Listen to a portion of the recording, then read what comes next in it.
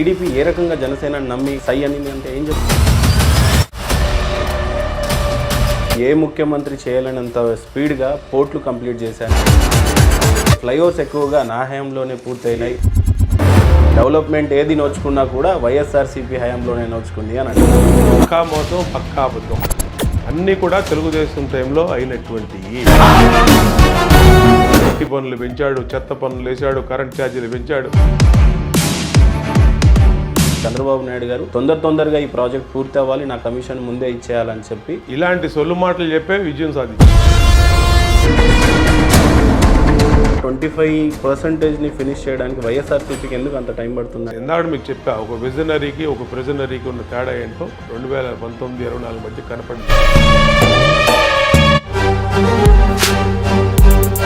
ఇంకో పక్క అలాంటి కేంద్రంతో మీరు కూటమిలో భాగంగా పనిచేయడానికి సిద్ధంగా ఉన్నారు. 19-24లో ఉంది జగన్మోహన్ రెడ్డి.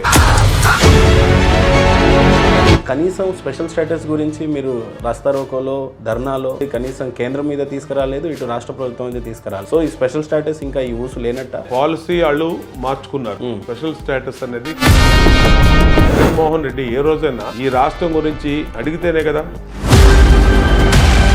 ప్రధానంగా బోండా ఉమ్మ గారి మీద వచ్చినటువంటి ఆరోపణ ఎలాంటిది అని అంటే, ఈ క్షణంలో పార్టీ మారడానికి ప్రధానమైన కారణం పొమ్మన లేక పొగబెట్టేశారు. అతను స్వార్థం కోసం వైసీపీకి కోవర్ట్గా మారి పార్టీ కోసం ఆస్తులు అమ్ముకున్న, కంపెనీలు అమ్ముకున్న, పార్టీ కోసం 6 నిమిషాలు కష్టపడ్డానని కేశినేని నాని గారు గతంలో చెప్పారు. ఈ రోజున ఆ పార్టీ నా కోసం ఏమీ చేయలేదు, క్యాడర్ అంతా కూడా అసంతృప్తితో ఉంది అని చెప్పి అంటున్నారు. తెలుగుదేశం పార్టీలో అతను మాట్లాడిన మాట.